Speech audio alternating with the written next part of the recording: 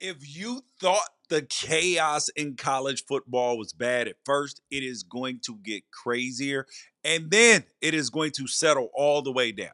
Now, I am going to explain to you guys today. That way you understand the college football, well, the College Sports Commission and what their CEO Brian Seeley is doing and the fallout of this Ross Dellinger article today about these collectives not being able to pay these kids with NIL Go and everything in between. I'm going to talk to you about the reaction, give you my reaction to Big 12 Media Day, which is going to be awesome because Scott Frost said some things that he probably should not have put his foot in his mouth. Deion did something that people got all upset about, but come on, man. We got to make some sense out of this as well. And also, we have to talk about who the biggest players are and in the NIL space and how all of these things are going to work out, plus so much more here on the Unafraid Show. It's your boy George Wrighster, former NFL player, all Pac-12 player in college football, drafted it in 2003. So your boy is right here.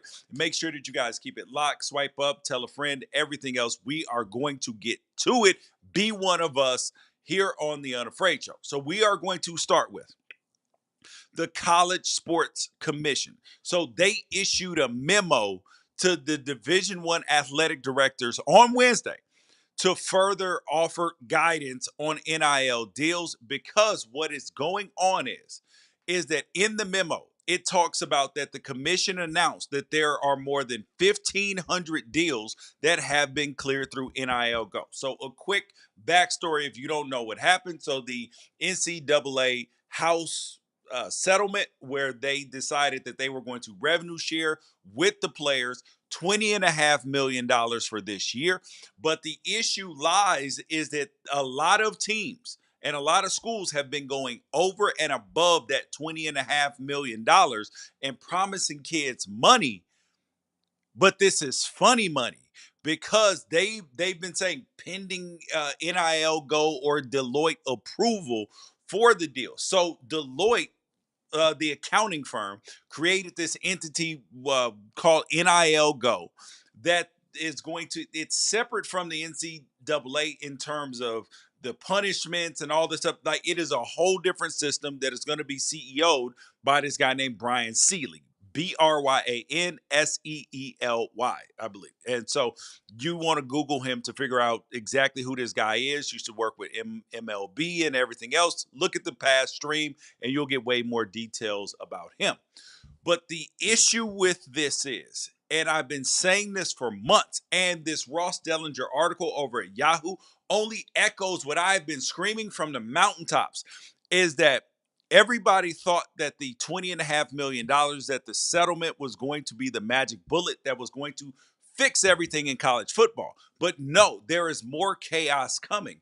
And the chaos is going to be because, not now, it is not going to be because uh, there's something wrong with this. No, this is actually better for the whole landscape of college football. The problems are going to come because schools, because we just saw a kid from Texas Tech get a deal that was worth up to $5.1 million. Now, in reality, the base money only adds up to about 2.3 million. But the question is, how do you get to these numbers? Because at 20.5 million, if you are at a school, let's say that you blow out the budget and you give 15 of the 20.5 million to football, which most schools are not because they got basketball, they got football. I'm sorry, they got basketball, softball at Texas Tech, a whole bunch of other things, right? So how do you divvy that up? Because at $17 million and 85 scholarships, that's an average of $200,000 a player. So if you are paying players an average of $200,000 per player, how the hell do you get to five, six, $700,000 for players? Because that means five, six, seven guys have to go down. Hmm. Exactly. The math ain't mathing. So, what these schools have been doing is they have been in the deals saying, yes, we are going to do certain things with our collectives and turning their collectives into marketing agencies essentially. But the issue is this, and this is where the memo comes in, is that there are, like I told you already, there are 1,500 deals that have been gone through already, but there are deals that have been held up. And the reason why these deals have been held up is because of some technical language. It is not being proven that it is a valid business purpose. So collectives cannot say, hey, George, I want you to come to my school. We are going to set up a signing for you, or we are going to set up an appearance for you. And that is the only purpose of the appearance, is to get you paid. Now, if a company was doing that for other athletes at other schools and had a business purpose outside of just that, then that deal could go through. So as I will show you on this memo, which is quite interesting. It talks about what exactly is going on. So it says that over 1,500 deals have been cleared, valuing that they're valued from 3 figures to 7 figures. That means that somebody has been cleared for a deal that has been 7 figures. And there are several hundred deals just in the past few days. A reason for the uptick from previously reported numbers is that 12,000 athletes have registered on the platform, and that others haven't been cleared yet because, quote, schools have failed to respond to requests for information about the entity involved in the deal. And this was always going to be a problem because they were trying to circumvent the rules. And yes, every college team is trying to take advantage, and this is exactly where the guardrails have to lie.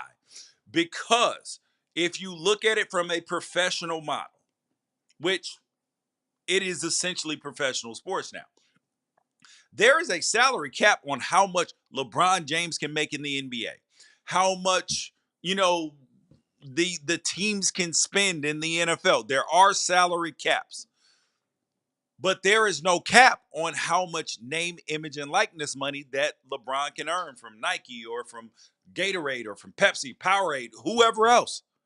There's no limit on that. And it is the same way in college football. But the problem that people have gotten all jacked up with is the term NIL, because the payments that the players have been receiving prior to now have been pay for play for the large handful. And I've used Aaron Donald as an example because Aaron Donald had a Nike deal, one of the greatest defensive linemen of all time. Because I've had parents say to me, oh, well, these kids have value. They do have value for their name, image, and likeness. But it is not as great as people believe that it is because there has been a false market set. And the issue with the false market is that you are going to have people, human nature is, you are going to have people that are going to be very, very upset. Prime example, I'm a dad, right?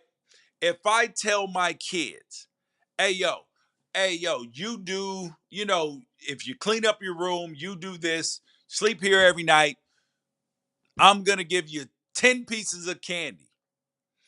And then it comes out, and then I come back to him and say, oh, hey, yo, I know I promised you 10 pieces of candy, but I can only give you 5 now because there are some rules outlined about sugar or some rules that the school says or that whatever says that now I can only give you 5. How is your kid going to react then? They're going to be like, listen, I don't give a damn about none of them rules. You knew that that was coming. You knew that the rules were coming down, and you still told me I could have 10 pieces of candy. So what's going to happen? The kid's going to be upset. This is where I said the chaos is going to pick up because there will be additional. This next group of transfer portal players, oh, it is going to be a lot of them. And it is going, and recruiting is going to get crazy in December because they cannot, well, they're not supposed to be handing out contracts to families until time for signing day. Well, if you think about that, how ridiculous is that? If my kid is supposed to sign a contract and he could be 17 years old, that means I got to sign it too. And you're only giving me hours or minutes to review this contract. I can't have a lawyer retain it. So I commit it to you. And then you hand me a contract that's some BS, that's got all type of clauses and all of this stuff in it. I'm just supposed to sign it and say, thank you, I appreciate the offer. No, man, this is big business. This is exactly how this works. People don't just throw their money around signing contracts all willy-nilly. This is how people in the music industry got screwed for so long. This is why Taylor Swift had to re-release her records. Because it is a problem. And what you're going to have is you are going to have parents suing schools, kids suing schools, saying, I got this contract signed right here. This is what you promised me. But what the schools are doing, they are going to the players and saying, we need to rip up these old contracts and then sign these new ones. And this is where the funny money lies. Because they're saying, oh, yeah, it's pending Deloitte approval. And their only way to do this was some sort of backdoor, signing at the Boosters gas station for $50,000, $100,000. No more of that. And truthfully, and I got a kid playing college football, so don't tell me I'm the get off my lawn guy, because I believe that for the future of college football, and I just had this argument with Rob Parker and Kelvin Washington on the Odd Couple on Fox Sports Radio. I believe that for the future of college football, there needs to be some parity. That fans, whether you are at Oregon, Ohio State, Alabama, Georgia, Vanderbilt, Rutgers, Syracuse, Stanford, that you need to have hope that if you get the right coach, the right transfer portal, and recruit well, that within 3 years, if you do all those things well, that you can have a chance to win the conference and go to the college football playoff. 3 years. You need to have hope. And people say, oh, well, it's been like this in college football for 100 years. What difference does it make? Fans have been fine with it. We live in a different time. We live in a different age. The mentality of people is different. Our attention spans are different. The way we view content is different. And if people aren't getting any satisfaction out of it, oh, well, we're just going to get our ass whooped again today. That's the issue. And that's actually the reason why the NFL has been so wildly successful and the ratings are better, is because if you have a college football game and you got you shouldn't have 25, 30-point lines in conference games. If you get a 10-point line in an NFL game, that feels like 1,000,000 points. Because fans need to believe that if you have, that on any given Saturday, that we have a chance that the worst team in the conference, if they play their best, can beat the best team in the conference. That's what they need for college football to grow and thrive and take that next step. And yes, that will, do you know what it means? That means that the big names in college football, that means that sometimes, dare I say it, they're going to go through spells where they're not going to be that good.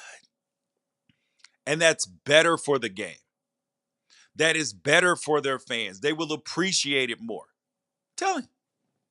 But, I got called a college football socialist for that. No, it's about growing the game. Now, there were some statements that came out about this NIL situation from Big 12 Media Day. So the statements that came out from coaches made me laugh, because the NCAA spent over $100 million in legal fees trying not to pay players. Now they have to pay players. And now they're doing everything possible with the SCORE Act, which is a whole, we're going to do a video on the SCORE Act alone when that, after that bill hits the floor, because it is going to pass, where they do not want college football athletes to be, or college sports athletes to be considered employees of the university. Well, why are all the coaches at Big Ten Media Day and general managers sitting here telling us that employees would be better? And and how they're saying it, because they aren't saying it explicitly. They're saying things like, quote, a quote from the general managers. You know what would solve this? Collective bargaining. Oh my God. Do you know who has collective bargaining? Oh, professional leagues. Yes, there's collective bargaining about work standards, about healthcare, about and in college it would be education and scholarships. And then there would be some provisions on players, about how many times you could transfer. Yes, because there has to be some guardrails surrounding it. The players have to be protected because they've been exploited, and the schools have to be protected. And that's what collective bargaining does. It's just a reality. And then you had NCAA President Charlie Baker. He's talking about, oh yes, see, I'm for it. But he said it's not as simple as people allege. Come on, man. Yes, it is not as simple because there are so many different conferences and they all have different leadership and they all are out for themselves. However, college football, once it reaches the point where there is a single leader in college football, when there is a commissioner, and not just Brian Seeley over at the College Sports Commission, when there is a single leader, a single direction, everybody's pointing in that direction of growth, of change, of consistency. Once everybody is pointing in that direction, college football will stabilize. But until then, you are going to have lawsuits, you're going to have court battles, and all of that because the Big 12 is fighting to get extra teams into the playoffs. So's the SEC, so's the Big 10. Everybody wants to hoard for themselves. It's crabs in a bucket. As soon as the crabs in a bucket mentality stops by the leadership, because the fans are supposed to be like that. Fans are supposed to want everything and and you get nothing. That is what fans are supposed to do. But the leadership is supposed to do what's right for the game and grow the sport bigger and badder than anything else out there. That's the issue. Then you have Mike Gundy, Oklahoma State head coach, quote, you got to admit the players are employees. Then you can build collective bargaining. We've talked about it, but you have to admit they're employees. So do you know that this all comes down to Brett Yormark at the Big 12, Greg Sankey at the SEC, Tony Petitti up there at the Big 10, ACC commissioner, and then Notre Dame. They all have to say, you know what? We got to give up our power individually. What, when I got a chance to interview Utah's head coach, Kyle Whittingham, he said within 5 years we'll have one super conference in college football. That's exactly what you need because you need a leader. You need somebody to point you in the direction. I'll take the job. Just saying. Then Rich Rod over there at West Virginia. How do you make $500,000 and aren't an employee? Whether you call it collective bargaining or some kind of negotiation process, I think that's needed. That's from Baylor athletic director, Mac Rhodes. So if everybody's calling for this, and I've been saying it, any decently smart person can figure out that that's the best thing for college football, then that's when the game will get better. That's when we will have some stability. But next thing up from Big 12 Media Day. So the Big 12 decided not to do a media poll this year. But You know what? They decided to not to do a media poll, but we had to do a media poll here on the Unafraid Show. And here is my Big 12 media poll in case you missed it. And you can go back on the Unafraid Show. There's a video about it now. I got Kansas State winning the conference, Arizona State 2, then Texas Tech, Iowa State, Baylor, Colorado, TCU, Utah. That's the one I'm really rethinking right now, if I'm really being honest. BYU, Kansas, West Virginia, Cincinnati, Houston, Oklahoma State, UCF, and then Arizona. Now, they didn't do a media poll, and people couldn't figure out why that they didn't do a media poll. This was obvious to me. Last year, Arizona State got picked 12th in the media poll. I'm sorry, 16th. They were picked to finish dead last in the conference, and they won the conference and went to the college football playoff. Now, the issue is that the media poll goes out there to the public, and it impacts how the AP voters, because some of them may be on the media poll, see a team. So you may have a team that starts out at number 8 in the nation. They have to do less to stay in that spot and go up than a team who came in unranked like Arizona State did last year. So the Big 12 is like, we're not going to give you any false preconceived notions about our teams and judge us on our merit. That's why the Big 12 did it. And I do not believe that there is anything wrong with it. But, we want the answers. And Brett McMurphy, he went, who's from On 3 now, he went and interviewed people and figured out who they believe should be who they believe would end up playing in the conference championship game. And when he interviewed coaches and media there, he came up with Kansas State versus Iowa State. But he did not, but if he assigned double value to the people's champion votes, as opposed to the coaches and media and all that, then the championship game prediction is actually Kansas State versus Arizona State, the exact same prediction as the Unafraid Show. I'm just saying. So, and there's another video talking about that we put out this week talking about the Big 12 and how they're in trouble with their non-conference games and how that's going to be the key to them getting 2 teams in the college football playoff. But it's going to be tough at 12. It's just a reality. All right, next thing up that happened over at Big 12 Media Day. Scott Frost put his foot in his mouth. This, and honestly, it is, I don't understand what he's doing because he was at UCF years ago. He leaves UCF to go to his alma mater, Nebraska. His alma mater leaves UCF after a 13-0 undefeated season, and they got a banner that says they national champions. And now that he's back at UCF, he's doing all the wrong things. Like, he is shitting on Nebraska so bad. Oh, it was when they asked him what he learned from going to Nebraska, he said, "Don't take the wrong job." What? He said people are rooting for you, but not all up in your business over at UCF compared to Nebraska.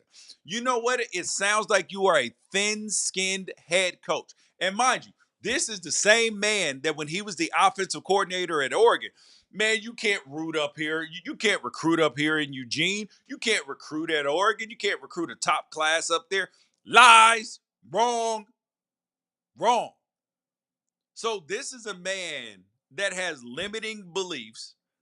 He believes that it's somebody else's fault. No, the reason why he did not succeed at Nebraska is because he didn't coach good enough. He did not recruit good enough. He didn't put it together a good enough staff. That's why he didn't win at Nebraska. It ain't that, oh, it was just the wrong job. Stop it. Nebraska fans are fantastic. They supported you throughout them losing ass seasons. And you go, oh, it's the wrong job. Man, stop it. Oh, but now UCF, and I promise you, that when Scott Frost, if he has success at UCF again, and somebody offers him a $8 to $10 million a year job, he gonna leave his ass up out the door again. Bigger, better dealer. And so if I'm the folks at Nebraska, because remember, he was one of their sons. He's one of their golden boys. Nope, sorry. Nope, nah, don't come around here later. Nope, we not fooling with you, pal. That's exactly the way I would be if I were a Nebraska fan. I'd be out on this dude. Come on, man. Stop it.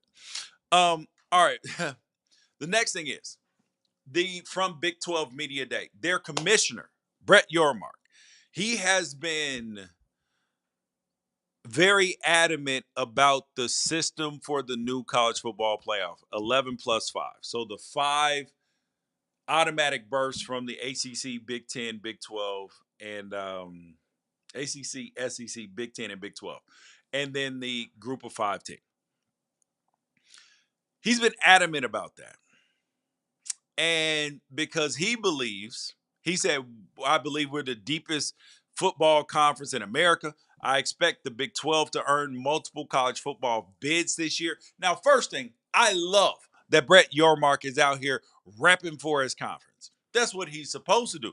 He is supposed to. It's like if you got a wife and kids and you're like, oh man, my wife, she all right. Yeah, she's cool. Yeah, but that dude's wife, damn, look at her. Man, love yours, bro. And Brett Yormark loves his with the Big 12, and I love it. I absolutely love it.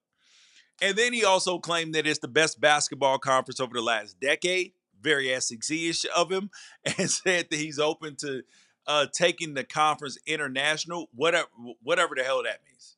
I don't even know what that means. He said about the college football playoff, we want to earn it on the field. We do not need a professional model because we're not the NFL.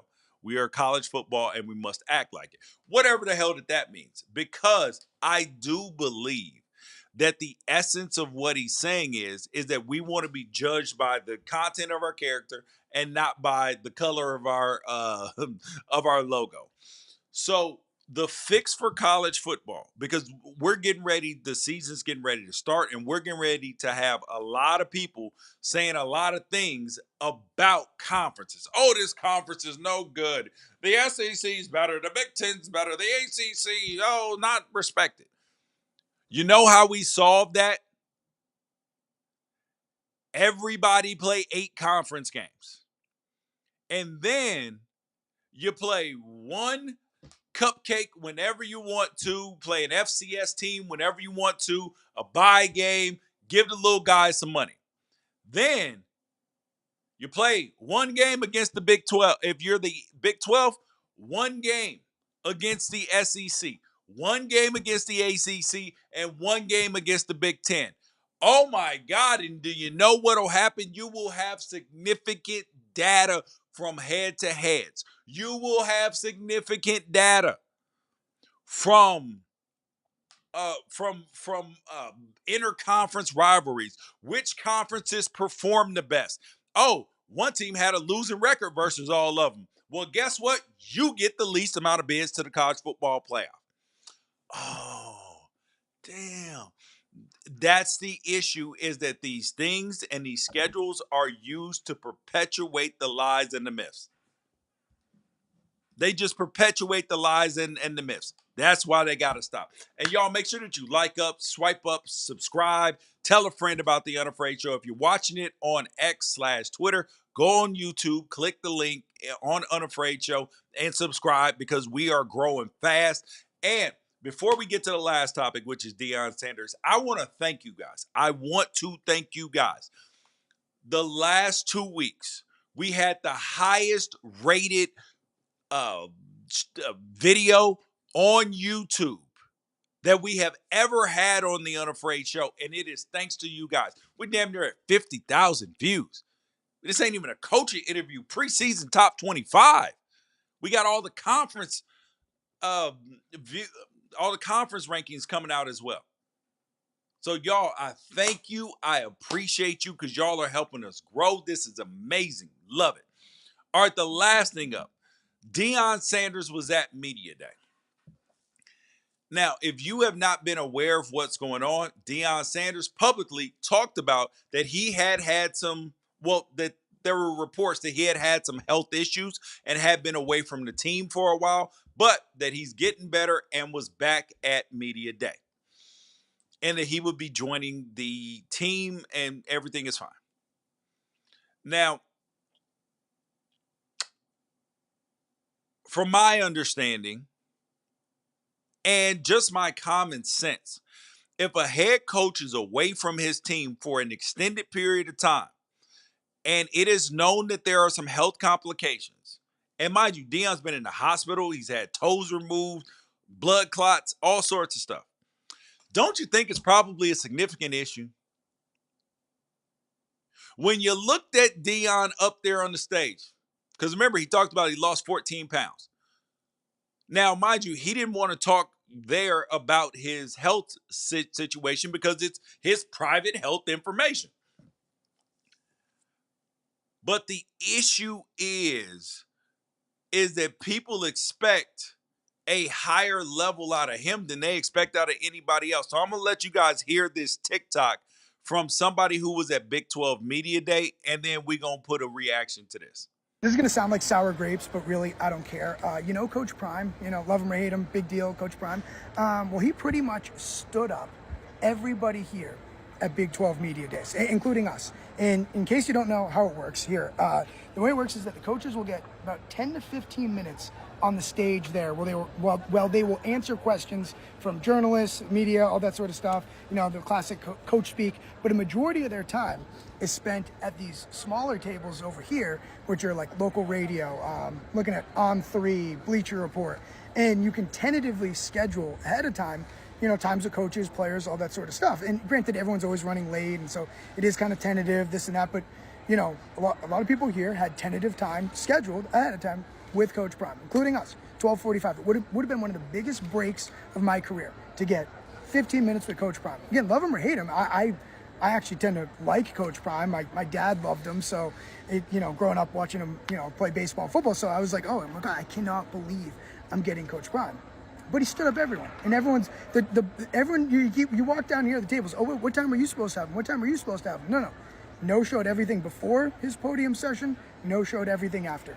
Meanwhile, I'm watching Mike Gundy at 6:30 here still do some media stuff with some local guys. Arizona players still doing stuff. And if it's about the health, like if it's a health issue, because I know he's been battling that, like by all means, I hope Deion's okay. I'm rooting for Deion. But you can't let people know ahead of time, give them a heads up. Everyone's scheduled through some sort of a contact and thought they were getting you. You can let them know, oh, I'm so sorry. You can put out a statement, a tweet. He's never had a problem getting his voice out there, okay? I don't know if anyone else will say it, but I'll say it. That is fucking bullshit. Absolute bullshit. For a guy who preaches professionalism, especially to his players, oh, you guys are getting paid now. You got to act like pros. Oh, is that professional? To fucking show up a bunch of these people who it would be a big break for them, a big deal to talk to you. Oh, I forgot, you're the two-time reigning champ of the Big 12 here. What? Everyone else can do it, not you? It's absolutely fucking bullshit. Bullshit. Okay. So, I understand this dude's frustration. I understand his frustration because he said in there, this would have been the biggest break of my life to get a chance to get 15 minutes with Deion Sanders. I empathize with that. I'm in the media business. I know it's hard to get interviews. On Unafraid Show, all the coaching interviews that are on there, some of them have been hard to get. Some of them have been harder to get than others. So I understand his plight. But you have to look at it from the other side as well. Deion's been sick. And if you listen to his voice, and I learned this from people in my family who have had serious health issues, or friends or people I've known, aunties, uncles, friends of friends, listen to Deion's voice. It's not as strong and as powerful as it was. That's when you know that somebody's dealing with serious health issues. And when you are being private about it, because Deion, every time he was asked about it in the media, listen, I'm here to talk about my team. I'm not here to talk about my health. So to say to the media, oh, yeah, no, he won't be taking anything because of health stuff. Or something could have come up. He could have had plans on doing that and been like, bro, I really don't feel good right now. But then to tell that to people is also giving them fodder for articles to come out. Oh, is Deion healthy enough to coach this season? Is he going to be out? Blah, blah, blah, which impacts your recruiting. So, yes, it is not cool to get stood up in the media. I even had an Oregon do it to me. I had Justin Herbert do it to me. I was pissed. But at the end of the day, in this situation, you have to understand that this man's health and protecting the franchise of Colorado Buffaloes is probably higher on his list than making that interview, than to tell you the real reason why. And I know that in the media, sometimes we feel like we are owed certain things because, in technically, the media and the schools and the players and all that stuff, we're all partners because the media promotes them, and then they get press, they get promotion, and then the media, they get a chance, they get information to make that promotion. So it's a relationship, it's a give and take. But if it were my personal health issue, and I don't want you writing negative articles about my health or about my future, speculation, it's only going to cause more people to dig if they say, "Oh yeah, Deion's not feeling well right now. He's not going to make it." It's only going to cause more problems. So I get his plight, but I wouldn't really care if I was Deion, if I'm being perfectly honest with you. Just the reality of it. But you guys, though, I appreciate your time. I appreciate your energy. Thanks for watching the Unafraid Show. We will be coming live way more. Make sure that you tap in, subscribe, like it, because we are making a domination in 2025 in the college football space. Share with a friend. Holla at your boy. Catch you next week.